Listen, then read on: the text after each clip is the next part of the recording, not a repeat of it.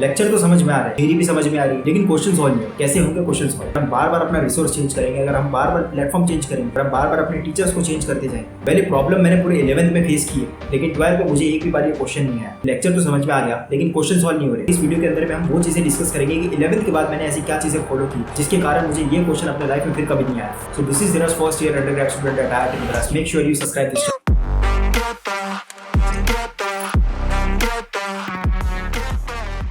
देखिए, जो नहीं समझा आपने उसकी बुक से थ्योरी पढ़ी, लेकिन जब आप क्वेश्चन करने के ऊपर में गए तब आपसे क्वेश्चन सॉल्व नहीं। और वही अगर आप ये रिमाइंड करोगे कि लेक्चर्स के अंदर में जो क्वेश्चंस थे वो आपसे सॉल्व हो जा रहे थे, लेकिन जब अभी आप खुद से क्वेश्चन सॉल्व करने जा रहे हो वो सॉल्व नहीं हो। इसका एक सिंपल सा प्रॉब्लम, आपके पूरे 2 साल की प्रिपरेशन के दौरान में टोटल 90 चैप्टर्स है, और जब आप किसी लेक्चर को पढ़ रहे हो या जब आप किसी बुक की थ्योरी पढ़ रहे हो तब आप उन 90 में से सिर्फ और सिर्फ एक चैप्टर कर रहे हो, तब आपका पूरा कॉन्सेंट्रेशन उस एक ही चैप्टर के ऊपर, और इसीलिए आपसे जो लेक्चर के अंदर में क्वेश्चन होते हैं वो आपसे सॉल्व हो जाते हैं, क्योंकि आपका फोकस सिर्फ एक ही चैप्टर में।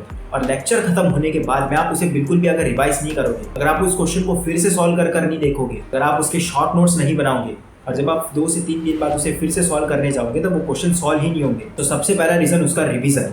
आपको रिवीजन प्रॉपरली करनी है। उसका जो सेकंड रीजन निकल कर आता है वो ये है कि हमारी जो सोचने की एबिलिटी है वो अभी तक डेवलप ही नहीं हुई। लेक्चर्स के अंदर में जब हम क्वेश्चन सॉल्व करते हैं तब जो टीचर है वो हमें थोड़ा थोड़ा सपोर्ट कर रहा होता है, थोड़ी थोड़ी हिंट हमें ऑलरेडी मिल चुकी होती है, लेकिन जब तक खुद से बिना किसी हिंट के और विद टाइमर हम खुद से क्वेश्चन सॉल्व नहीं करेंगे, ये पॉसिबल नहीं है कि हमारी सोचने की एबिलिटी बिल्ड होगी। और ये मुझे एक मेजर रीजन दिखता है जिसके कारण क्वेश्चन सॉल्व नहीं हो रहे। एक इंपॉर्टेंट फैक्टर ये भी निकल कर आता है कि आप किसी एक प्लेटफॉर्म के ऊपर में स्टिक नहीं रहते। देखो, बार बार अगर आप टीचर चेंज कर रहे हो या प्लेटफॉर्म चेंज कर रहे हो, यूट्यूब के ऊपर में पढ़ने का यही एक डिसएडवांटेज कि आप जब मर्जी आप उसे चेंज कर सकते हो। बहुत बड़ी प्रॉब्लम है आज की, तो आपके माइंड को डाइवर्ट करने के लिए काफी, और इसीलिए आपको एक प्लेटफॉर्म से जुड़े रहना बहुत ज्यादा इंपॉर्टेंट। और इसीलिए मैं आपको रिकमेंड करता हूँ the best and most affordable platform PW।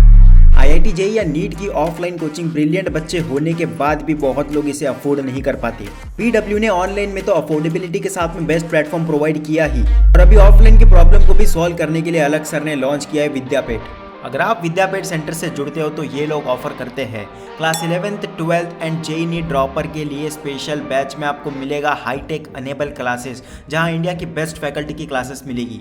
Self study zone के लिए मॉडर्न लाइब्रेरीज, आपके सारे डाउट क्लियर करने के लिए होते हैं स्पेशल डाउट सॉल्विंग सेशंस, जहां डेडिकेटेड फैकल्टीज 1-on-1 आपके सारे डाउट्स क्लियर करेंगे। प्रोवाइड करे जाते हैं best study materials prepared by expert faculties, और साथ ही में DPPs, test series and class notes भी। Along with that Vidyapeeth centre के अंदर में आउटडोर गेम जोन भी है, जहां आप क्लास के बाद में माइंड रिफ्रेश करने के लिए गेम्स भी खेल सकते हो। लास्ट ईयर के मोर देन 2 लाख स्टूडेंट के ट्रस्ट के बेस पर इस साल भी लाखों बच्चे ऑलरेडी PW विद्यापीठ में एडमिशन के लिए अप्लाई कर चुके हैं। जो बच्चे टाइमली एनरोल नहीं कर पाए उनके लिए है आखिरी मौका ऑफर। अभी एनरोल करें और बहुत अफोर्डेबल प्राइस में अपने पूरे साल की प्रिपरेशन करें। भारी डिस्काउंट के साथ आपको अप टू 35,000 ऑफ मिल रहा है सभी विद्यापीठ सेंटर्स पे, एंड 65,000 में droppers batch. If you are interested in it, link is in the description. Well, अगर ये सारे रीजंस को अलग रखें और मैं अगर आपको सिर्फ और सिर्फ एक तरीका बताऊं कि किस तरीके से आपके क्वेश्चन सॉल्व होना स्टार्ट हो जाए, जो चैप्टर्स आपने अभी तक नहीं कर रखा, ऐसा कोई भी एक चैप्टर, उस चैप्टर के सबसे पहले लेक्चर्स कंप्लीट कर लो। मेक श्योर कि लेक्चर कंप्लीट होने के बाद आप उसके नोट्स ना बनाओ, आप उसे रिवाइज करो। जैसे एक लेक्चर आज कंप्लीट हुआ, आपने उसके नोट्स को आज रिवाइज किया, कल उसे फिर से रिवाइज किया, परसों उसे फिर से रिवाइज किया। बहुत सारे लोग कहेंगे कि इतना ज्यादा टाइम नहीं है। जिस लेक्चर को रिवाइज करने को आपको आज आधा घंटा लगा, कल उसे 10 मिनट लग रहा होगा, उसके बाद 5 मिनट लगे, उसके बाद बस आपको पेजेस पलटते जाने, सारी चीजें ऑटोमेटिक रिवाइंड होती चाहिए। सेकंड, एक नोटबुक के ऊपर में लिखते जाओ कि जब आपने वो लेक्चर कंप्लीट किया या बुक से आपने जब थ्योरी पढ़ी तो कौन से टॉपिक्स क्लियर हुए और कौन से टॉपिक्स के ऊपर में आपने उस लेक्चर के दौरान क्वेश्चन सॉल्व किए। आपको स्पेसिफिकली उन टॉपिक्स के नाम लिख, आपको प्रीवियस ईयर क्वेश्चंस को एनालाइज करना है और उसमें से ये देखना है कि कौन से टॉपिक से कितने क्वेश्चन आ रहे हैं और उसकी एक अलग लिस्ट बनानी। अब आपको दोनों लिस्ट को मैच करना है कि उसके अंदर में जो टॉपिक मिसिंग होंगे उस टॉपिक्स को आपको रेफरेंस बुक के थ्रू सिर्फ और सिर्फ उसकी थ्योरी पढ़नी और उसके इलस्ट्रेशन क्वेश्चन करना है। अब उसके बाद जो लेवल 1 के क्वेश्चन होते हैं आपको उसे सॉल्व करना स्टार्ट करना है विद टाइमर। जैसे क्वेश्चन आप JEE में सॉल्व करोगे एक्जैक्टली आपको वैसे ही सॉल्व करने और वहां आपको देखना है कि कितने क्वेश्चन आपसे सॉल्व हुए।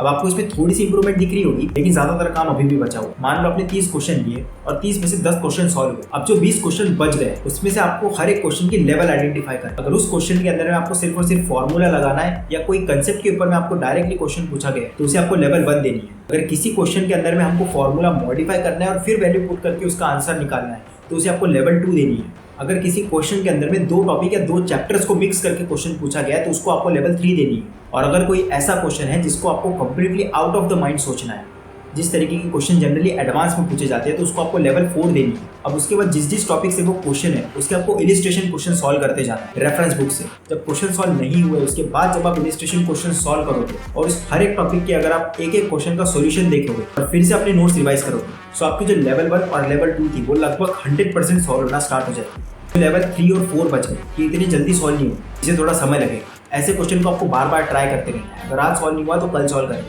परसों करेंगे, उसके बाद में जाकर सॉल्यूशन देंगे। इससे आपकी क्रिटिकल थिंकिंग डेवलप हो। और जब आप ये सारी चीजें फॉलो कर लोगे तब आपके 30 में से जो पहले 10 क्वेश्चन सॉल्व हुए थे वो अब 30 में से आपके 20 से 25 क्वेश्चन सॉल्व हो रहे हैं। और ये बहुत ज्यादा इफेक्टिव मेथड है। ये मैं अपने टाइम में यूज कर चुका हूँ, बहुत सारे जूनियर्स को बता चुका हूँ। अभी तक ये 12 लोगों को बता चुका हूँ, 12 में से 8 लोगों की प्रॉब्लम सॉल्व हो चुकी है। तो आप ये बिल्कुल देख सकते हो कि कितनी ज्यादा इफेक्टिव है। जब आपके क्वेश्चन सॉल्व नहीं हो रहे, एक मेजर प्रॉब्लम आप खुद में ये भी देखोगे कि अगर आपके क्वेश्चन सॉल्व नहीं हो रहे तो आप क्लियरली ये बोलोगे मेरा सिलेबस कंप्लीट नहीं, और इसलिए आपने टेस्ट देना भी अभी तक स्टार्ट नहीं कर रखा होगा क्योंकि आपका सिलेबस कंप्लीट नहीं। और इस चीज का सोल्यूशन भी यही निकल कर आता है कि आपको टेस्ट देना स्टार्ट करना है, भले आपका सिलेबस कंप्लीट हो या ना हो। टेस्ट का रिजल्ट आने के बाद में आपको सिर्फ उन क्वेश्चंस को एनालाइज करना है जिस क्वेश्चन को आपने कवर कर रखा था। अगर आप बार बार टेस्ट देते हो और अगर आप उसके स्कोर को इंप्रूव करने की कोशिश करते हो, क्योंकि अगर आप टेस्ट नहीं दे रहे तो आपके पास में कोई बेंचमार्क नहीं है जिसे आपको इंप्रूव करना है। आपको नहीं पता लग रहा कि आपका स्प्लिट इंप्रूव हो रहा है या नहीं, या उससे कोई फर्क भी पड़ता है या नहीं। लेकिन अगर आप टेस्ट देते हो तो आपके पास में एक बेंचमार्क होता है कि मुझे इस स्कोर को इंप्रूव करते जाना, और उसके कारण आपकी पढ़ाई का मैग्नीट्यूड और क्वालिटी दोनों ऑटोमेटिक इंप्रूव होते जाएगी और ग्रेजुअली आपके क्वेश्चन सॉल्व होना स्टार्ट हो जाएगा। आप ये सोचोगे कि इतनी सारी चीजें हम जो इतना बड़ा सिलेबस है इसके ऊपर मैं कैसे अप्लाई करें।